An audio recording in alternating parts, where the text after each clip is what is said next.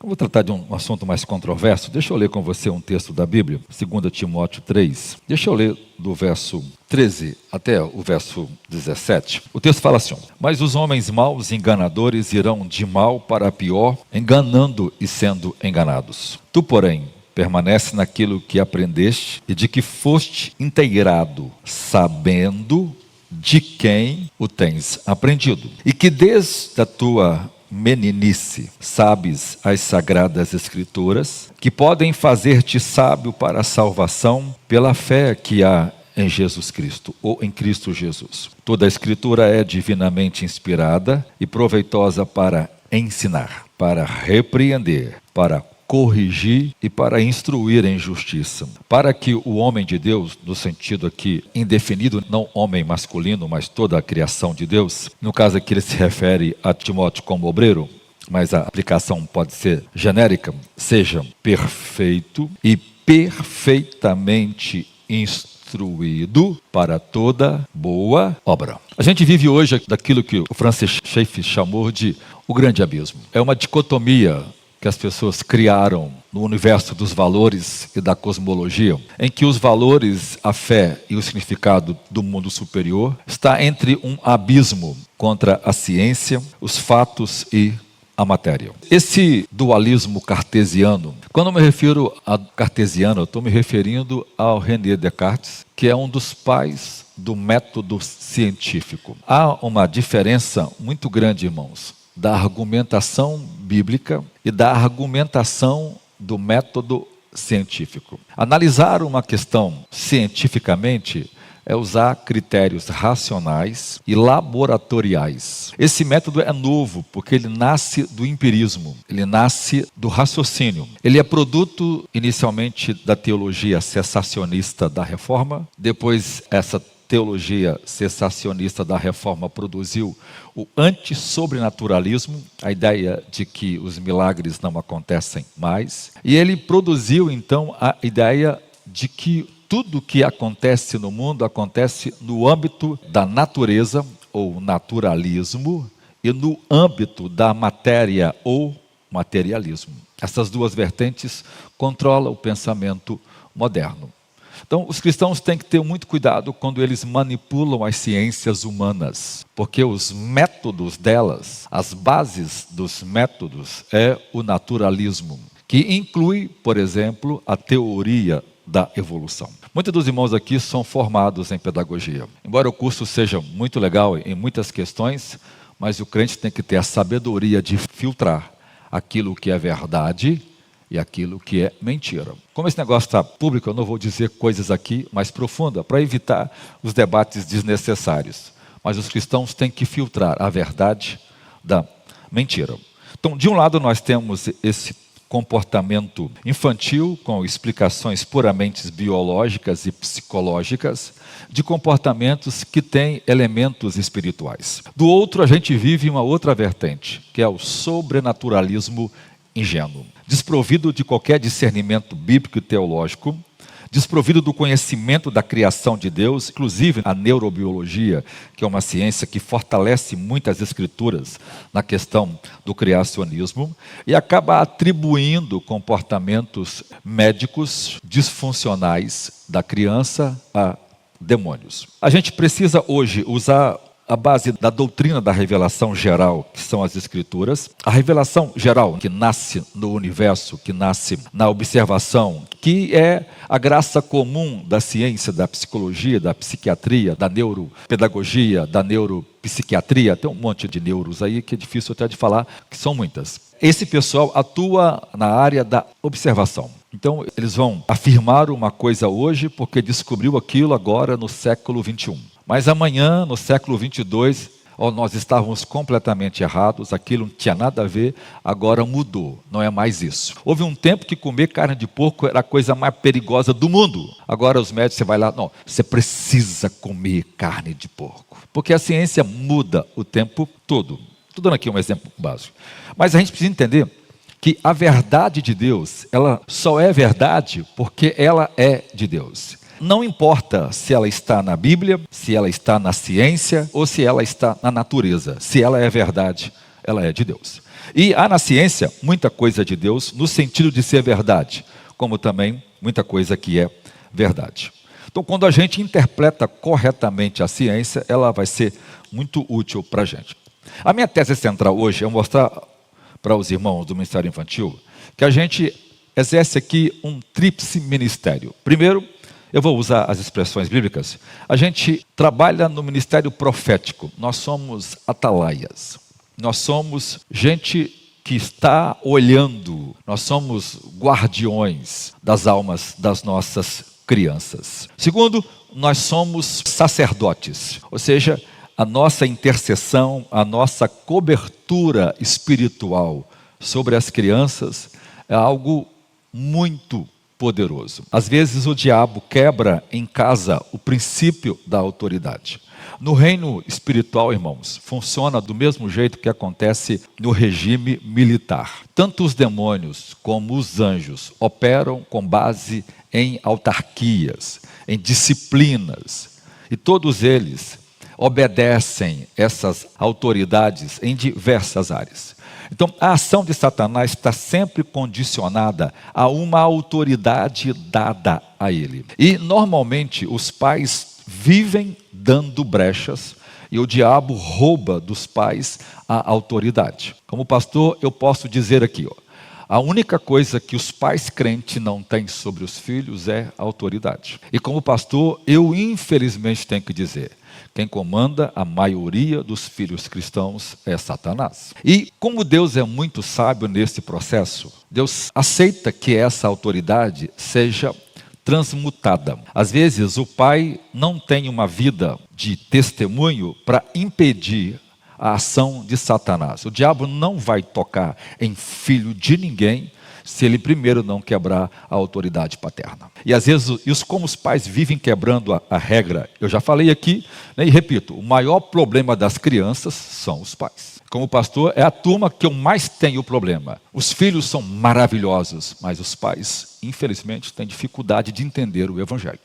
Então, o pai erra, só que Deus aceita transmutar essa autoridade para outras pessoas que exercem sobre elas influência. Às vezes é o pastor, por causa da autoridade pastoral, o diabo não toca o filho. Ou por causa da autoridade do professor da criança, o diabo não toca o filho. Veja o poder de intercessão que uma professora da IBD, uma professora de sala, que alguém que lida com o ministério infantil tem sobre uma criança. Existem aqui na igreja crianças que têm mais temor de Deus, ouvindo a aula daquela professora ou do professor, do que do pai e da mãe. Porque eles veem naqueles professores um reconhecimento de um comportamento que produz neles temor de Deus. Então, é o processo de sacerdócio que nós fazemos com o ministério infantil. Uma coisa que a gente precisa entender, irmãos, já disseram aqui para vocês, com certeza, 1 milhão de vezes hoje. Vocês não são cuidadores de criança, vocês não são, teoricamente, professores de criança, embora a natureza cuida e ensina. Vocês são pastores de criança. Vocês estão aqui para pastorear o coração das crianças. O que eu faço com todo mundo, vocês fazem com a turma das crianças. É um grupo da igreja que mais precisa ser pastoreados. E terceiro é o ministério do rei. Como a gente faz isso? A gente faz isso sendo mordomo espiritual, na formação espiritual das nossas crianças. Esses 3 ofícios mostram para a gente que o nosso trabalho é estritamente espiritual. Então a gente não tem nenhuma responsabilidade biológica, médica, jurídica, social ou mesmo psicológica ou psiquiatra sobre nossas crianças. Deus nos deu e só deu a nós a autoridade espiritual. Então, o que diz respeito à alma das nossas crianças, nós seremos cobrados por Deus e seremos punidos se a gente não falar a verdade. E tão sério que é isso. Esse poder não parte para outras questões que muita gente está tentando entrar e tem dado problema. Então nós precisamos olhar para a criança de forma completa para entender isso. Primeiro vamos entender por que o professor é atalaia. Então nós não estamos lá para cuidar ou recrear. O reino de Deus, quem cuida de uma criança é uma atalaia, uma sentinela. E a nossa missão, então, é olhar para as Escrituras e ver como isto funciona. Ezequiel 3, 17 a 21, o texto mostra perfeitamente. Um dos textos fala assim: Filho do homem, eu te dei por atalaia sobre a casa de Israel. Um atalaia era um guardião, era um militar posicionado em muros ou torres para detectar as ameaças antes que elas chegassem. E era a responsabilidade dele avisar o povo para ficarem vigilantes. Esta questão mostra para a gente que o professor de criança é uma atalaia. Primeiro porque ele vai detectar ameaças espirituais invisíveis aos pais. E como pai, a gente comete o erro. O fato da gente estar com a criança o tempo todo, e como a gente tem que dar atenção a muita coisa, dificilmente a gente tem a capacidade de detectar as ameaças que estão chegando próximo dos nossos filhos. Eu tenho dito aqui, e quando eu falo isso eu até faço um coro. Repita comigo: a única pessoa no mundo que o pai não conhece é o filho. E os pais cometem o absurdo de acharem que conhecem os filhos. E eu poderia contar aqui 1 bilhão de histórias das mais tristes do mundo, mostrando como os pais são tolos nesta questão de acreditar: não, eu conheço meu filho não é assim. Primeiro que isso é uma idolatria, porque a Bíblia diz que todos nós somos pecadores, e tem uma verdade sobre mim e sobre seu filho que não muda: nós somos essencialmente maus, não há bondade original em nós. Das várias vezes que eu tive que confrontar pais em um comportamento de filho, em que uma das mães ergueu a voz e falou assim: pastor, a minha filha nunca fez isso. Ela jamais seria capaz de fazer isso. Graças a Deus que aqui tem câmera. Aí eu já tinha preparado o vídeo. Eu disse: olha para mim aqui, quem é essa pessoa que está aqui? Não, pastor, alguém mandou ela fazer. Para os irmãos verem, nem o pai vendo, a mãe vendo a filha fazer o que fez, ela acredita. Isso é idolatria. Essa mãe vai destruir essa criança. Então veja, mas os professores, normalmente, porque estão com as crianças e trabalham com isso, é uma tendência deles identificar as ameaças antes mesmo dos pais. E aí é importante o trabalho do professor de discernir as raízes desses problemas. Segundo o vigia, ou atalaia, vigia, ou quem trabalha no Ministério Infantil, vigia as portas de entrada da alma. Você está constantemente vendo o que as crianças estão ouvindo, o que elas falam, como elas se comportam, como é a imaginação dela. Esse tato, esse discernimento é muito importante para ajudar as crianças. Então ele avisa e ele age como autoridade delegada. Ele age no lugar de Cristo. Então, nós, professores, como pastores, nós agimos para ajudar as crianças como Jesus vai ajudá-las ou orientá-las no caminho da fé. Uma pesquisa importante mostrando a estratégia da infância. O Barna-Grouper, que é um dos maiores institutos do mundo de pesquisa, confirma essa teoria na chamada teoria Janela 414. Esse estudo diz que cerca de 85% de todas as pessoas que aceitaram a Cristo o fizeram dos 4 aos 14 anos de idade. Então, qual é o momento em que as crianças vão fazer a decisão por Jesus? É dos 4 aos 14 anos. Historicamente falando, as crianças que passaram na igreja até os 15 anos e não tiveram a conversão real, normalmente quando crescem, elas se tornam os inimigos mais audaciosos da fé cristã. E nós não temos relato de conversão dessas pessoas depois que vieram. Nós temos conversão de inimigos da fé, de gente, de filósofo, de ateu, de cético, de cientista, de gente famosa, de bruxaria, gente de todas as áreas que se opõe a Deus, que se converte e ama a Deus, mas elas nunca foram crentes na infância. Não há registro de gente que passou até os 15 anos na igreja, depois se tornou inimiga da igreja e que tenha voltado para a fé outra vez. Deve haver, porque toda regra tem uma exceção. Porque elas se tornaram imunes ao Evangelho de Jesus. Então, o nosso trabalho é um trabalho com urgência. Ninguém pode vir para a sala de aula, irmão, sem se preparar, sem orar, sem jejuar, sem estar consciente de que a unção de Deus está sobre você. Porque se você falhar no seu ministério, nós seremos responsabilizados pela perda dessas almas. E nós somos os atalaias. Após essa fase, a permeabilidade espiritual cai drasticamente. Você pega essas megas igrejas, normalmente trabalha com dopamina, é chamada a igreja dopamina por causa do apelo visual que elas fazem e elas atraem. Mais de 80% das pessoas dessas igrejas, crianças de 8 e jovens até 25 anos. Essa fase está se convertendo muito. Há uma queda de pessoas acima de 30 a 50 anos que estão saindo da igreja e chegando uma garotada nova. Essa garotada nova é fruto do trabalho do Ministério Infantil dos nossos pais, entendeu? Por isso que eles estão reacendendo, procurando e crescendo. Mas se a gente não trabalhar isso cai drasticamente.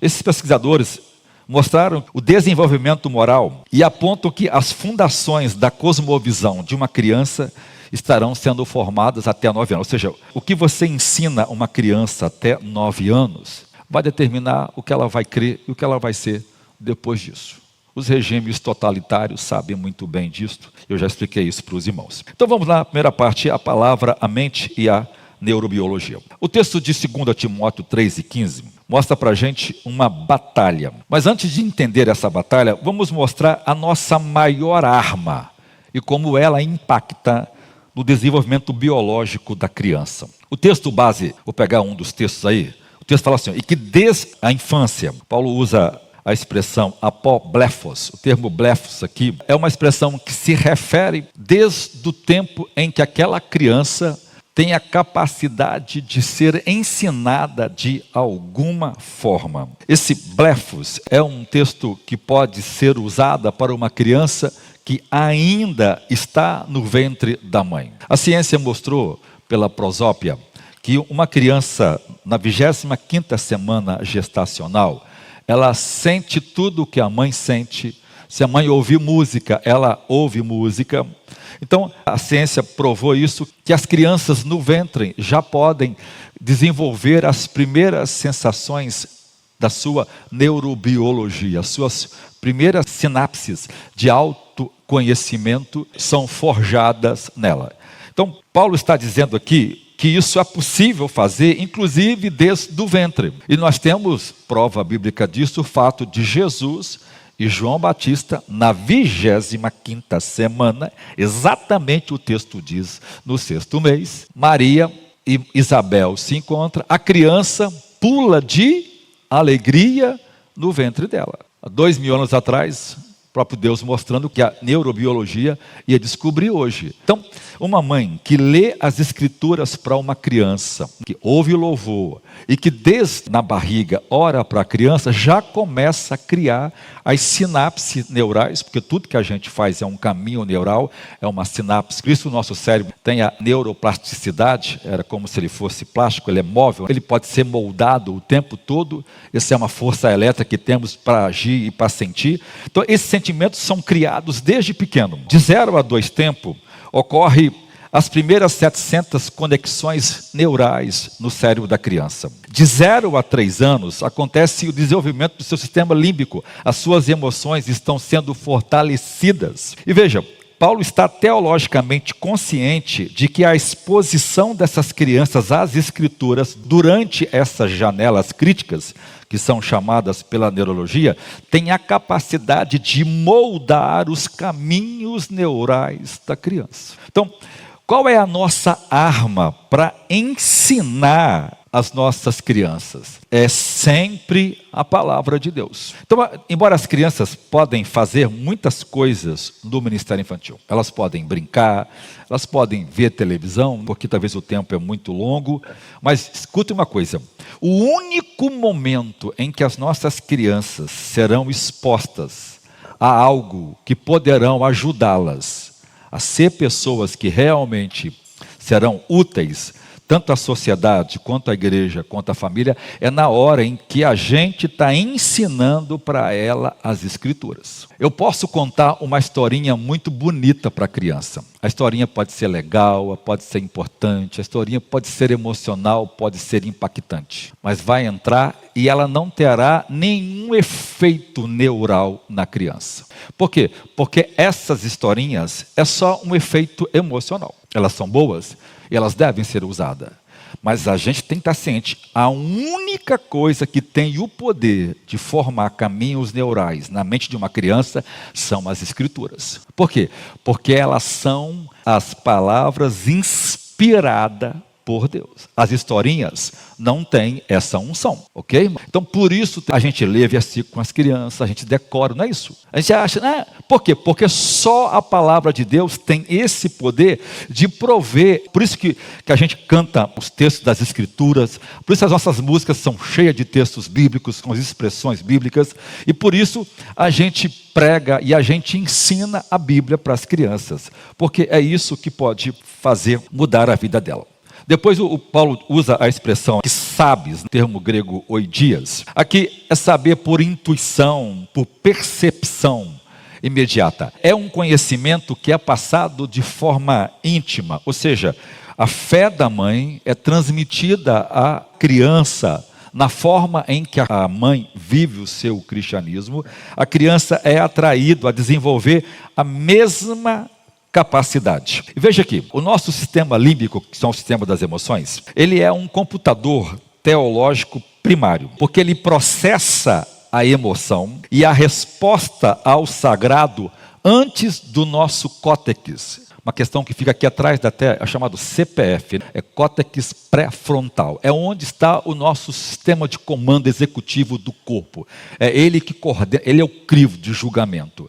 Mas as Escrituras atingem exatamente aqueles primeiros sentimentos que promove com que a ocitocina, que é o hormônio que promove o aprendizado e o vínculo, faz com que o sistema racional pense com mais agilidade. Tanto é que quando a pesquisa foi feita, crianças que têm o hábito de ouvir a Bíblia, de ler a Bíblia, de orar e de cantar hinos cristãos, tem a sua sinapse no seu sistema pré-córtex muito mais fortalecido, mais resistente do que uma criança que não foi criada. Vocês já perceberam que você pega uma criança, por exemplo, de 8 anos de idade, que ela foi criada num ambiente onde os pais são piedosos, que foi criada na igreja, são pais que estão presentes em todos os cultos.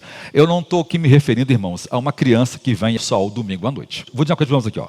É humanamente impossível acontecer qualquer coisa com uma criança que só vem na igreja domingo à noite. Uma vez na semana no culto não presta para nada para essas crianças. Não tem efeito nenhum para elas. Só é possível acontecer isso se isso for uma coisa repetitiva. Deus já deu para a gente a dica. Vocês vão fazer isso ao deitar, ao se levantar, ao andar, ao amanhecer, ao entardecer. O tempo, abrir a porta aparece, abrir a geladeira. Por que Deus fala isso?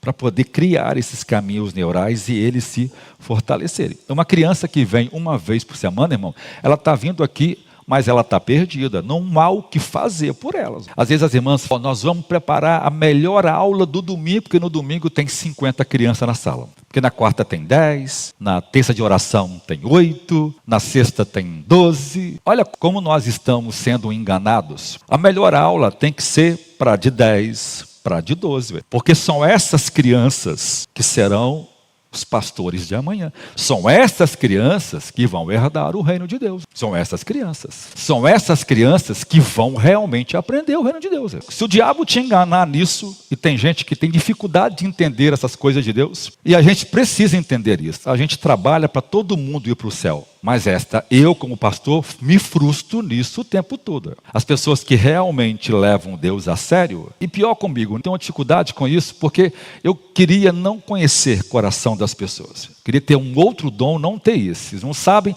e isso me deixa muito irritado, porque sempre que acontece, muito raramente eu encontro um coração que ama a Deus. Por quê? Porque as pessoas estão comprometidas a amar o mundo. Embora elas estão na igreja, embora elas cantam, e embora dizem que são crentes, mas a vida prática delas evidencia. E talvez não precise nem ler o coração. Se você viver perto dela 2 dias, você vai saber, essa pessoa realmente nunca nasceu de novo. A gente tem essa condição de ajudar as nossas crianças. Então, a gente tem que treinar essas crianças que vêm a semana toda, porque são elas. Uma vez eu reclamei com Deus, Senhor, eu não quero mais isso. Porque a gente luta, você prega, você ensina, você ora, você quer ver as pessoas crescerem, e quando você olha para a maioria, você não vê o fruto. Você não vê o fruto. E reclamando com Deus sobre isso, e Deus me deu uma boa paulada sobre isso. Disse, olha, você só está aqui por causa daqueles que vão herdar a vida eterna. O seu trabalho, o seu chamado, os seus dons, só foi te dado por causa de um grupo que vai ser salvo. Os outros estão aqui passando o tempo, mas o seu compromisso é só com eles. Aí Deus me disse, eles vão te ouvir, eles vão crer e eles vão obedecer. Isso acalmou meu coração. Às vezes eu estou pregando no culto de quarta-feira que eu montei, que eu pesquisei, que eu fiz uma análise, que eu invadi bibliotecas do mundo inteiro, que eu li original, que eu traduzi.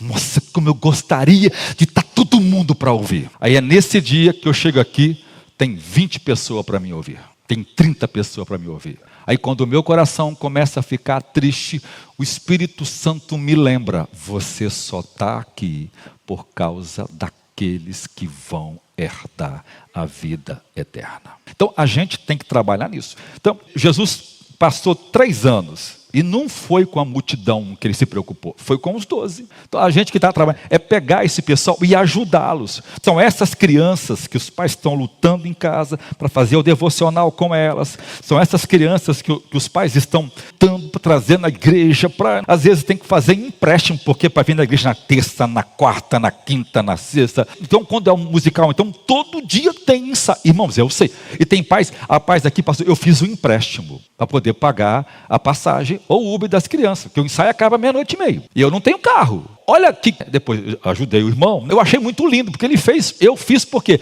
Porque eu quero que meus filhos estejam inseridos em tudo. Eu achei isso muito lindo. Por quê? Porque é exatamente isso. Não é assim que o mundo faz? Leva o filho para o judô, leva para a natação, leva para o inglês, leva para o francês, leva para o mandarim. Até para falar dos demônios, os pais pagam. Mas para a igreja, as pessoas têm dificuldade em investir. A gente precisa então entender que nesse momento de até 6, 5 anos, tudo na criança está sendo forjado, a mente, o comportamento, o sistema dela de experiência, de emoções, e nós precisamos usar as escrituras.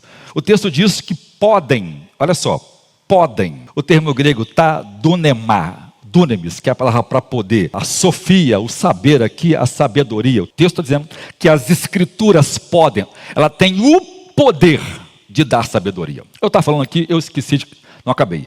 Pega uma criança de 10 anos, de 8 anos, que ela foi criada no lar piedoso, de oração, de devocional. Uma criança que está constantemente na igreja. E pega uma criança que nunca frequentou igreja. Vocês que são de escola já perceberam isso? Parece que são seres de planetas diferentes. Não tem nada a ver uma com a outra. Mas não tem nada a ver. É um negócio tão angustiante quando você vê isso. Porque aquela pessoa que nunca teve contato com o evangelho, ela não tem nada para oferecer. Mas aqui foi criada na estrutura de amar a Deus, de obedecer às escrituras, de aprender, da vivência do evangelho, como ela cresceu emocionalmente, como ela cresceu intelectualmente, como ela é mais sábia do que os outros, como ela tem a minha capacidade. E historicamente, escute-me, depois faça a pesquisa na internet. Vai lá no Gemini, pega uma versão do Ultra para pregar, ou uma IA que faz pesquisa em bibliotecas médicas que tem acesso, vale a pena pagar para fazer a pesquisa.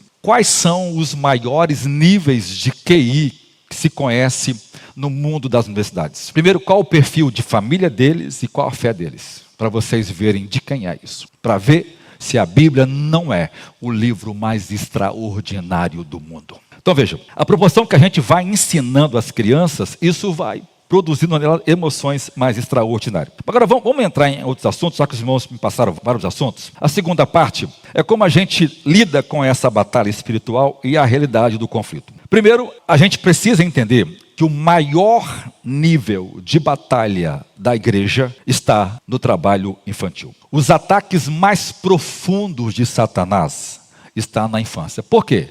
Porque se o diabo tornar a infância disfuncional, escute-me, se o diabo desconstruir ou tornar uma criança disfuncional, tudo que Deus planejou para essa criança não terá valor algum. O diabo sabe, se na infância ele conseguir desconstruir essas crianças, não haverá o que fazer por elas depois. Qual é hoje o trabalho do Espírito Santo? É proteger aqueles que foram chamados por Deus desde a infância, para que Satanás não desconstrua eles. Então ele levanta um professor piedoso, uma tia cheia do Espírito Santo, para que aquela criança seja guardada naquela proteção. Porque se o diabo desconstruir e desfuncionalizar a criança, ela não presta mais para o reino de Deus. Ela não presta para ser marido, para ser esposa. Ela não presta para ser filho,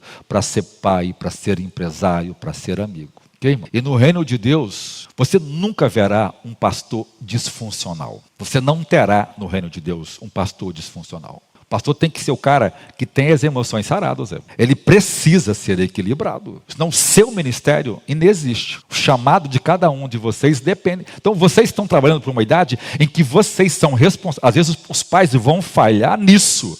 Mas vocês serão a única âncora que Deus terá para ajudar essas crianças. Então vejam, o inimigo está atacando a identidade delas e o destino delas. Veja os ataques aos primogênitos no Egito, o decreto de Herodes para matar as crianças na intenção de destruir Jesus. A tentativa de silenciar João Batista mostra que a infância é um campo de batalha estratégica. Vejam, aqui a gente tem que lidar com a questão do discernimento espiritual. E discernimento, irmãos, não é suspeita. É uma percepção dada pelo Espírito Santo. E a gente precisa ter a capacidade, e aí implica na sua oração em comunhão com Deus, para diferenciar aquilo que é espiritual e aquilo que é natural. Porque a gente nunca pode atribuir algo sobrenatural àquilo que é natural. Tem muitas crianças que têm seus problemas psiquiátricos, mas os seus problemas psiquiátricos não impedem elas de desenvolver a sua cognição espiritual. O fruto do Espírito nasce tanto no crente que tem déficit emocional ou comportamental, quanto que não tenha. O fruto do Espírito nasce tanto numa criança que tem TDAH, ou TOD, ou TEA, ou qualquer outra coisa, como também nasce do que não tem. O poder do Espírito Santo não depende do laudo para mudar aquelas crianças. Eu conheço muitos pastores que têm autismo, mas o fato deles ter autismo não impedem eles de crescer e de aprender, tanto é que estão no ministério. E isso não impedem eles de exercerem ministérios extraordinários. E a maioria deles, a igreja nunca soube que tiveram esse tipo de comportamento. Então, a gente precisa ter o cuidado para a gente descartar essas coisas. Então, vamos tentar diferenciar um pouquinho entre o que é o ataque espiritual, emocional e como isso interfere no desenvolvimento da criança. Primeiro, uma criança de 2 anos, por exemplo, fazendo birra. A gente precisa ter o cuidado, e aqui está uma questão muito importante. Eu disse ontem na reunião de membro que um dos maiores pecados da igreja é o pecado de maledicência. E esse é um pecado, irmãos, que principalmente nasce das mulheres. Paulo disse que as mulheres não devem ser faladoras, ou abelhudas, ou intrometedoras em negócios alheios. É o mesmo significado da palavra grega. E normalmente as irmãs que trabalham precisam ter o cuidado com a língua. Primeiro, que esse já é um pecado propício para mulheres. E muito raramente as mulheres têm condições de vencer esses pecados. Então, muitos problemas do ministério infantil estão associados ao pecado de maledicência. Porque a professora identifica um problema na criança. E ao invés dela orar, ao invés dela se preparar e ajudar a criança, o que ela faz? Ela comenta com outra, com outra, com outra e com outra. Ao fazer isso, o que ela faz? Ela piora o caso da criança. Já que ela exerce sobre a criança a autoridade espiritual, a brecha que ela está dando piora o caso da criança. Então, uma criança é birrenta, ela está fazendo birra. Aquela professora precisa ter a graça de Deus para lidar com aquela criança. E ao lidar com isso que a criança tem, a gente precisa evitar, essa menina é endemoniada, essa criança é desobediente. Irmãos, há casos, não importa, e eu aqui não quero fazer diferença entre se tem ou não tem laudo, porque eu vou entrar nisso. O que a gente nunca deve fazer, se eu fosse fazer isso, já imaginou se eu fosse colocar slogan nos irmãos? Colocar uma pecha nos irmãos? Já imaginou? Eu sei que as pessoas que têm dificuldade, eu sei que pessoas que têm problema com avareza, eu sei problemas com idolatria, 1 bilhão de pecados. E eu lido com elas de forma normal, porque eu não estou aqui para julgá-las, eu prego. Quando eu prego, se a Bíblia não confrontar, irmão, não vai ser a minha palavra que vai confrontá-la. Mas eu não crio um clichê, uma pecha para aquela pessoa, aquele avarento, aquele maldizente. Hoje, um dos grandes problemas da igreja é quando as pessoas começam a colocar pechas, paradigmas, disfuncionalidade nos filhos dos outros. Tem algumas crianças que são mais terríveis do que as outras, mas todas elas são terríveis em alguma área, em algum momento. Então, quando você vê uma criança com problema, você tem que orar por ela. Você precisa, Senhor, eu preciso ajudar aquela criança. Irmãos, não existe uma forma de ajudar uma criança que tem as suas dificuldades disfuncional. Aí me vem lá, pastor, tem uma criança que toda aula bate uma na outra. Toda aula faz aquilo, toda aula faz aquilo. Vê, pastor, ela imita a mãe nesse comportamento. Eu fico me dá vontade de pegar um chinelo 75. Eu disse assim, gente, é lógico que toda criança problemática que tem um pai. Isso é óbvio, não precisa ninguém dizer isso não. Isso é espelho.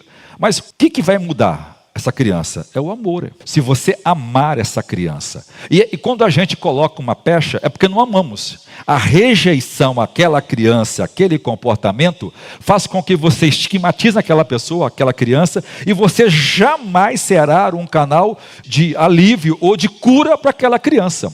Então o amor vai ajudar você a convencer aquela criança. E veja, as crianças têm essa questão porque até 7 anos de idade as crianças não fazem distinção entre aquilo que é mágico, real, imaginário.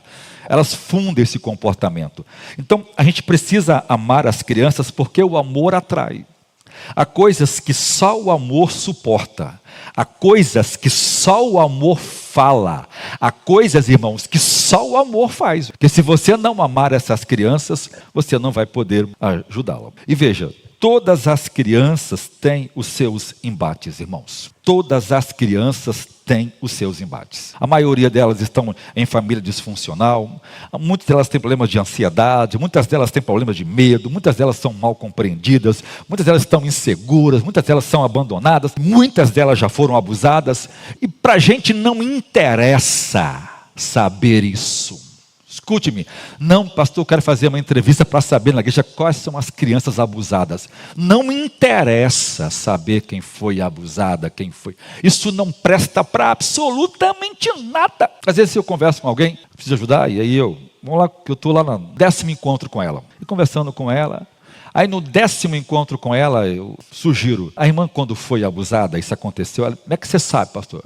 Eu sabia desde o início. Mas por que o senhor me falou? Porque não é importante para você isso. Você ser ou não ser abusada não muda nada de quem você é. Ué. Eu saber que quem foi não muda absolutamente nada. Sabe por que não muda, irmãos? Porque isso não está no âmbito. Deixa eu te explicar. Não é o fato de alguém sofrer um problema traumático que isso vai definir quem ela é. Então, saber que as pessoas têm dificuldades ou problemas, investigar isso, não nos ajuda. Sabe por que não ajuda? Porque vai criar em nós, querendo ou não querendo, um pré-julgamento. É por isso que faz isso. Então é melhor a gente não saber das coisas e fazer aquilo que cura. Porque independente se a criança teve ou não teve, se você amá-la, o amor vai curar todas as coisas. Diz a Bíblia que o amor cobre uma multidão de pecado. Ah, pastor, aquela criança, a mãe está agindo assim, mas a professora vai agir diferente. Então, nós como cristãos precisamos usar as escrituras e amar as pessoas do jeito que ensina a Bíblia, porque esse amor vai curar as nossas crianças. E aí a gente precisa ter o cuidado da gente não ficar focado em tentar descobrir o que tem uma criança e não ser capaz de olhar e ver como eu posso ajudá-lo. Você não precisa de um biotipo, você não precisa de um boletim médico, você não precisa de um numerário descritivo do comportamento emocional dela, você não precisa ser psiquiatra ou psicólogo, porque Deus não chamou ninguém dessas pessoas para curar as pessoas. Se você amar a Deus e se você for cheia do Espírito Santo, você não precisa de diagnóstico. Deus usará você para curar os doentes. Porque ficar investigando causa, já imaginou se ajudasse? Acompanho irmãos aqui que fazem acompanhamento há anos e nunca mudou absolutamente nada. Nós lidamos com a fé. A fé vai ajudar a gente a confiar em Deus, que o Espírito Santo vai ajudar essas crianças. Nós vamos ensinar, nós vamos amá-las, nós vamos inserir essas crianças naquilo que a gente pode ajudar, a gente vai ajudar. Agora vejam, quando envolve, por exemplo, um pecado geracional em ambientes espiritualmente adoecidos.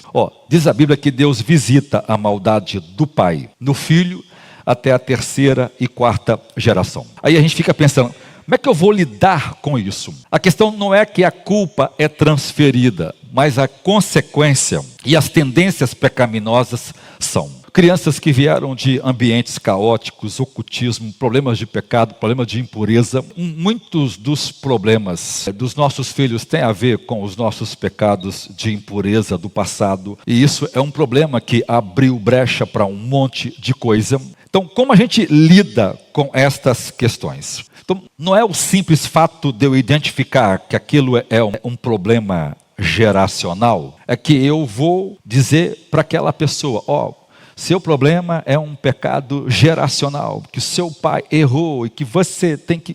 As pessoas estão trazendo, sabe, irmão, um cristianismo de culpa. Isso vale para o pai, seu pecado vai destruir seus filhos, como aviso. Mas os filhos que são vítimas disso podem quebrar isso. E como quebram isso? Vivendo um evangelho verdadeiro, amando a Deus como o professor ama.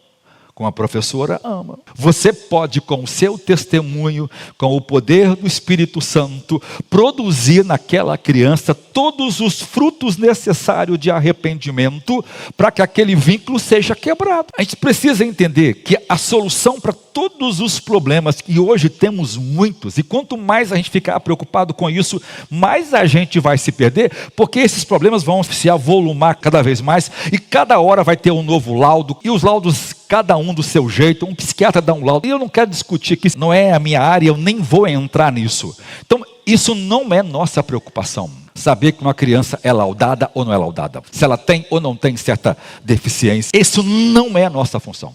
Eu nem gosto de saber disso, porque isso não impede as crianças de aprender, de crescer, de viver e de ser normal como qualquer outra criança.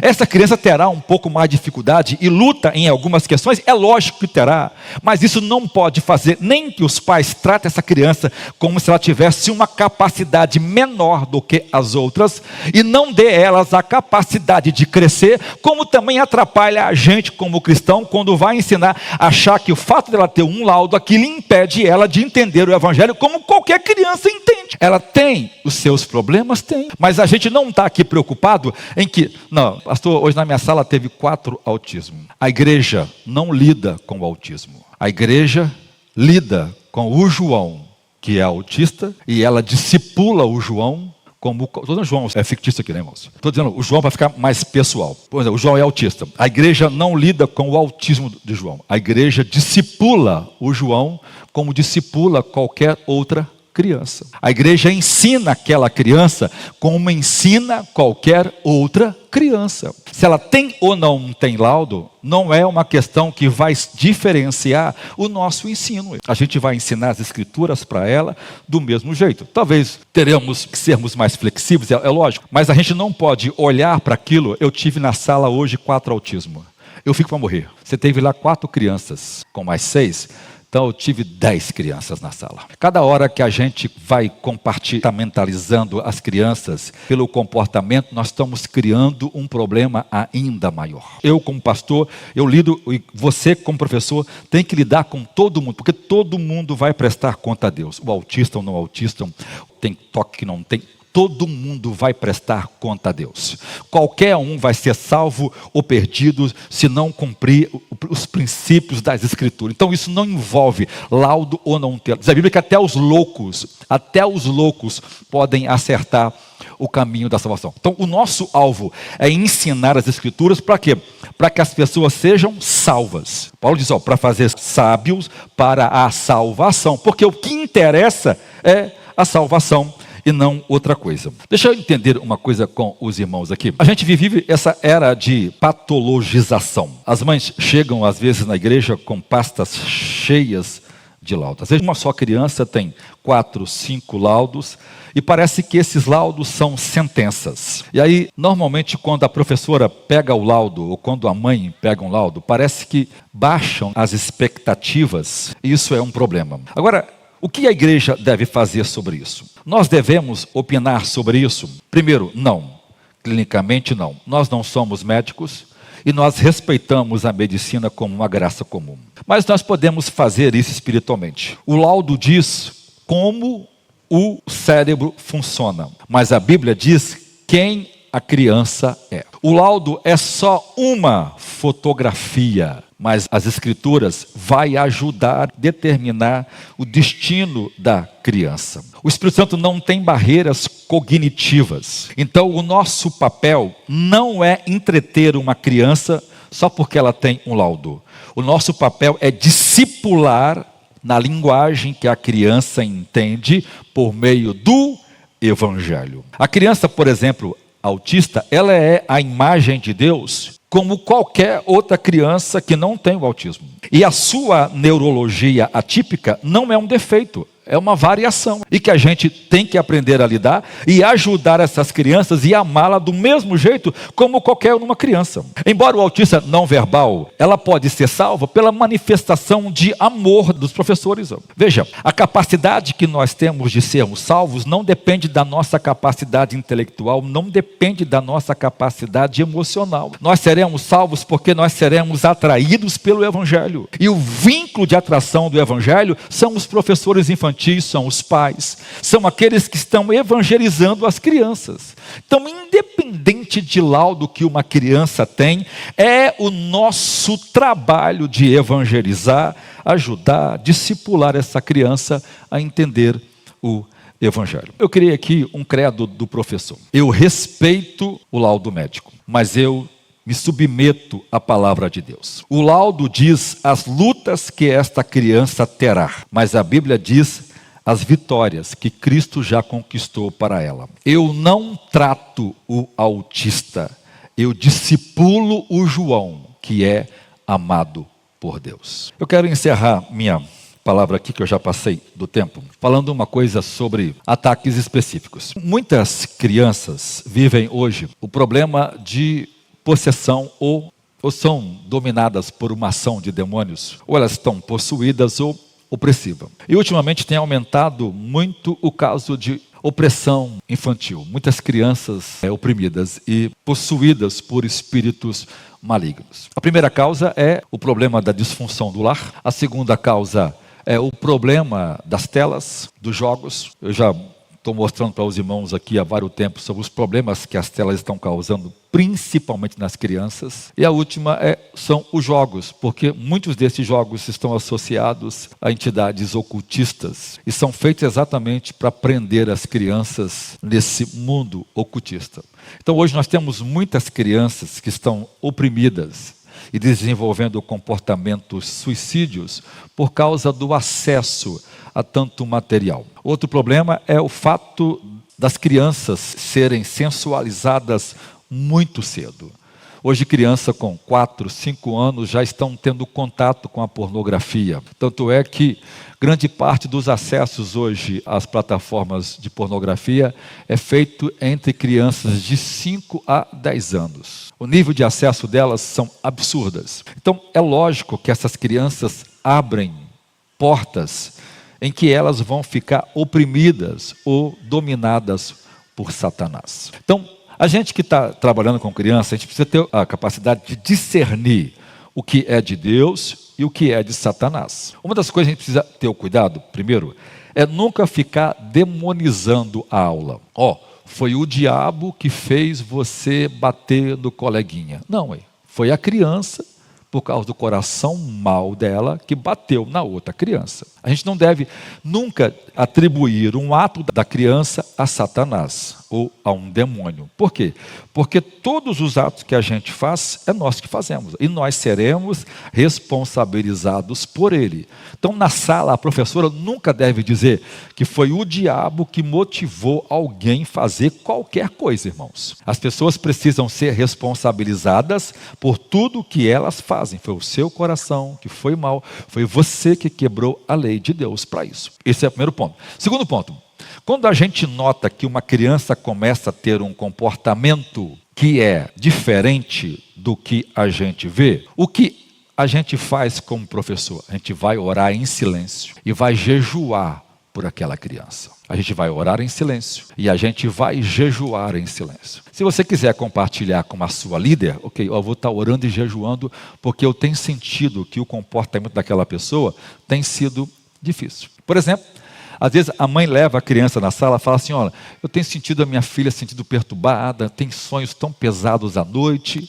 Aí você ora com aquela criança e ora, você e a criança, pedindo a Deus proteção por ela e orando para que Deus liberte aquela criança, para que Deus a cubra com o sangue de Jesus. E quando a mãe chegar e você vê que a criança participou da aula, se comportou bem, dá feedback, olha, eu orei com a sua filha hoje, ou com o seu filho, e eu vi que ele ficou bem melhor, bem mais calmo na aula, sem entrar em detalhe. Precisa ter o cuidado da gente não ficar atacando as mães e culpando as mães por comportamento dos filhos, embora em algum momento nós teremos que resolver isso, mas a gente não precisa apressar para fazer essas coisas, porque senão a gente vai mandar embora pessoas que a gente poderia ter mais um pouco de paciência e tentar ajudar, porque irmãos, desculpa aqui, dificilmente a gente vai conseguir convencer os pais. Eu, como pastor, eu raramente consigo convencer um pai. Os pais não aceitam, eles não ouvem a ninguém.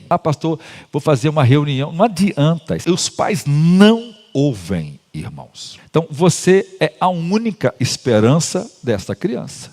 Então você vai orar, você vai jejuar, e o Espírito Santo vai te dar a graça de você ajudar essas crianças. Aqui na igreja nós tivemos vários casos de pessoas que por um tempo começaram a ficar possessas. E como a possessão demorou muito tempo, vai e volta, vai e volta, vai e volta, vai e volta, vai e volta, vai e volta, vai e volta, vai e volta, vai e volta, vai e volta. Até que um dia eu resolvi assumir a paternidade espiritual daquela pessoa. Aí eu orei e disse assim aos demônios, a partir de hoje, eu assumo a paternidade dessa pessoa. Então ela estará debaixo dos meus cuidados paternais e espirituais. Porque os pais não tinham condições de assumir isso. Aí eu orei e disse, você nunca mais vai voltar nela. Pronto.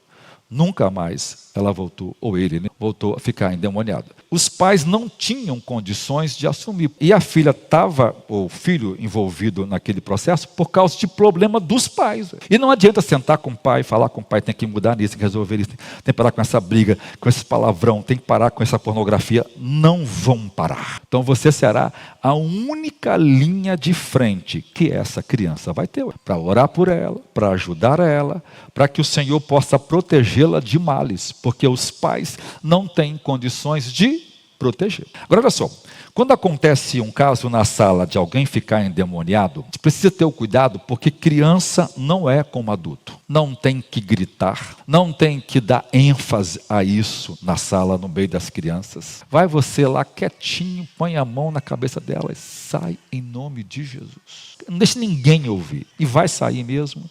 E não conta isso para ninguém, conta para a líder do seu ministério, a líder deve falar comigo ou com o pai, mas sua filha estava um pouco agitada hoje, tem alguma coisa que vocês precisam conversar com o pastor para resolver? Mas não adianta, eu orei para o seu filho e ficou endemoniado. Nenhuma mãe suporta ouvir isso, irmãos. E começa a acompanhar aquela criança. Se aquilo repetir, pastor, está repetindo, eu vou chamar os pais, aí eu vou abrir para os pais sobre isso. O que está acontecendo, irmãos? Mas a gente não pode fazer alarde. Não. Hoje eu orei na sala e a criança tal ficou endemoniada. A gente não pode fazer isso. Porque a gente acaba criando outros problemas para a própria criança. Então, no caso de possessão, a gente precisa lidar com sabedoria. Porque orou, expulsou, está resolvido. E se você continuar orando e ajudando aquela criança, com certeza a libertação vai ser perene, que não vai voltar mais.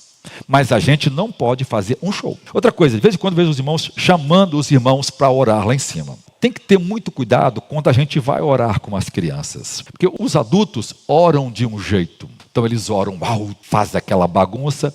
As crianças já têm dificuldade com isso. As orações com as crianças precisam ser orações mais silenciosas. Precisam ser orações mais amenas. Ao invés de orar, de ajudar, nós vamos assustar as crianças. Até o processo de libertação que a gente vai ajudar alguém na sala é um trabalho tranquilo. Eu estou pregando aqui, alguém cai endemoniado, eu oro, eu não toco mais nisso, irmãos. Eu não vendo isso para ninguém, eu não conto isso, porque é o evangelho operando as suas obras, e isso não é coisa a gente ficar vendendo e pondo na internet ou tirando foto. Quando acontecer na sala, a gente dá um jeito das crianças não ficar olhando aquilo, para aquilo não virar depois um problema entre as próprias crianças. Porque hoje as pessoas estão querendo mais fazer show de adulto e esquece que as crianças não têm as emoções que os adultos têm. Também ter cuidado para a gente não causar nos pais um alvoroço que a gente já resolveu. Se estava endemoniado, já foi embora. Se estava oprimido, já foi liberto. Às vezes eu vejo os professores olhando para a criança e vendo nela um comportamento, e todo o comportamento dela conta para os pais. A gente precisa ter o cuidado do que contar e quando contar. Porque as pessoas contam porque elas são malignas mesmo, porque elas são ruins mesmo, porque elas gostam de infernizar. Ainda mais se for uma irmã, que a irmã não se dá bem, seu filho fez aquilo. Gente, essa pessoa não tem que estar nem no ministério infantil. Você tem que amar a criança, você tem que amar o pai, você tem que amar a irmã. Porque a única coisa que pode mudar esses pais é o amor. A única coisa que pode ajudar essas pessoas é o amor. Então, você precisa ser alguém cheio do Espírito Santo para poder operar os sinais de Deus quando precisar. Você precisa orar pelos dons espirituais. Você precisa buscar o dom de discernimento de espírito para saber o que é de Deus e o que não é de Deus. Você precisa ter o dom de revelação para que Deus te revele as necessidades das crianças. Outro dia eu vi uma criança de 12 anos que suicidou. Ela frequentou uma igreja. Ela foi na EBD, assistiu a EBD na salinha. Ela foi à noite. À noite ela foi para o culto infantil. E na segunda ela suicidou. O que faltou nessa igreja, irmãos? Se tivesse alguém nessa igreja que lida com criança e que fosse cheia do Espírito Santo, o Espírito dizia, esse menino está com o espírito de suicídio. Passou com a professora de manhã, com a professora à noite, e ninguém percebeu nada. Então nós precisamos orar para que Deus nos revele aquilo que está além das aparências. Senão a gente não vai conseguir ajudar ninguém no nosso trabalho de ministério com as crianças. Então eu quero encerrar aqui dizendo para os irmãos, nosso trabalho é com a vida espiritual das pessoas. O que é médico, os médicos vão resolver. O que é psiquiatria, a psiquiatria vai resolver. Nós vamos resolver aqueles problemas que são espirituais. Embora todos os outros problemas originam-se dos problemas espirituais, nós temos a solução que pode, ao longo do tempo, acabar com todos os outros.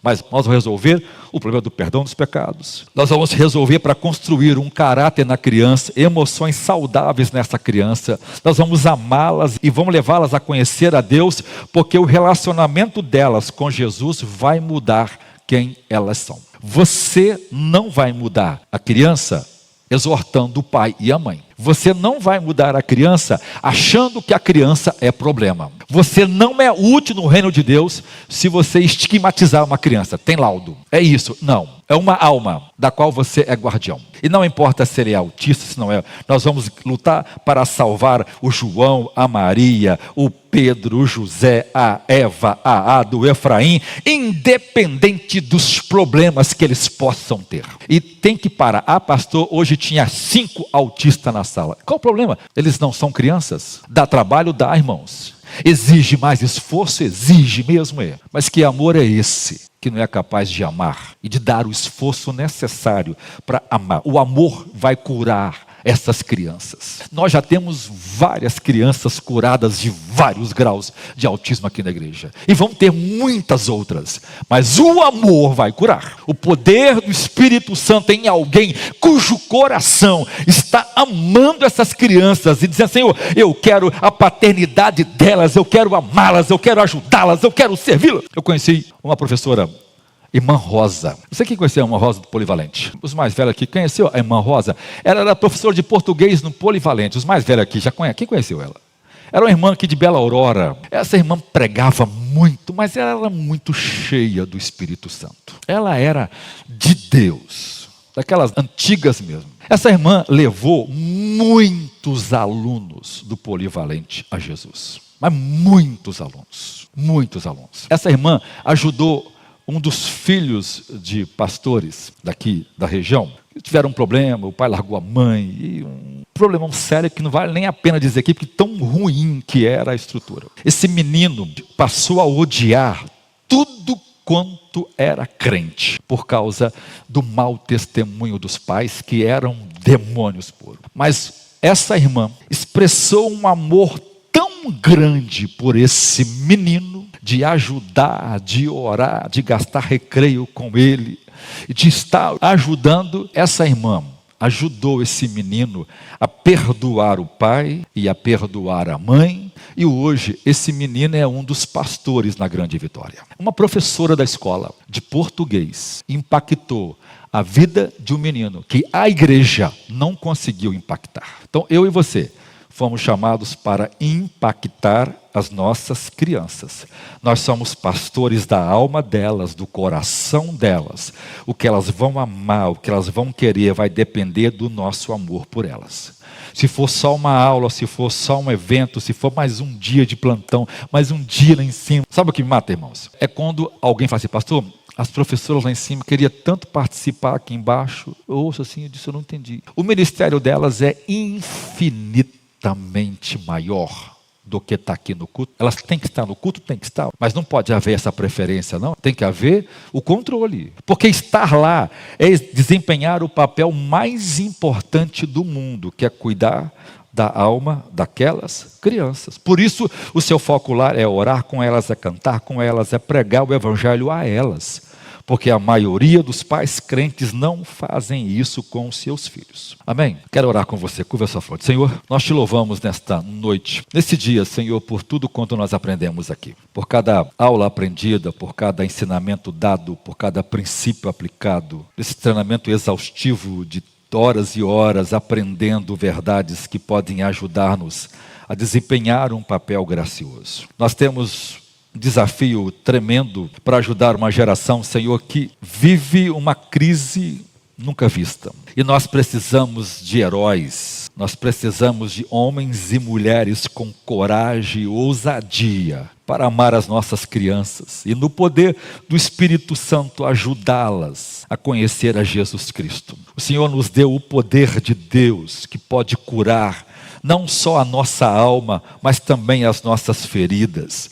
Nós temos as Escrituras, a nossa arma infalível. Nós temos a oração, nós temos o louvor, nós temos o devocional, nós temos o jejum. Nós temos armas poderosas para nos encher do poder do Espírito Santo e ajudar as nossas crianças. Ajuda-nos a ser missionários, a sermos atalaias, a sermos tutores dessas crianças, para que nós possamos pagar o preço e gemer pelas almas delas, para que elas possam conhecer a Jesus Cristo por meio do nosso amor, por meio do nosso discernimento, por meio dos dons extraordinários que o Senhor dará a cada professor, a cada professor, para instruir a cada uma dessas crianças no temor do Evangelho. Ajuda-nos, ó Deus, a salvar uma geração e prepara-nos para fazer aquilo que deve ser feito. Que dessas crianças se levantem um novo Lutero.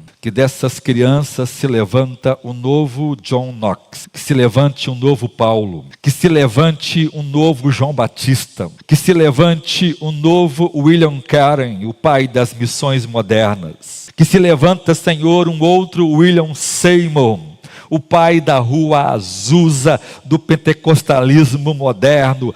Que se levantem homens e mulheres poderosas como a mãe de John Wesley, como Susana Wesley, como a Catarina Bora, esposa de Lutero, como tantas outras mulheres poderosas que o Senhor tem usado ao longo da história. Que se levantem pessoas para fazer a diferença, mas que nós sejamos usados para preparar o coração deles com o amor das Escrituras, com o poder do Espírito Santo, que nós possamos ajudar a igreja, Senhor, em seus momentos finais, e que nós sejamos instrumentos para salvar uma geração, que se nós não fizermos, ninguém mais fará. Ajuda-nos a ter a paternidade de salvar os nossos filhos, os filhos daqueles por quem a gente ensina, por quem a gente ora e clama, para que Satanás não tenha o poder de interferir na vida de nenhum deles. Que ao terminar o nosso ministério, nós possamos orar assim como Jesus orou. Pai, eu os amei até o fim e nenhum deles se perdeu. Que esta seja, Senhor, a recompensa de cada um de nós. No nome de Jesus. Amém. Deus abençoe vocês.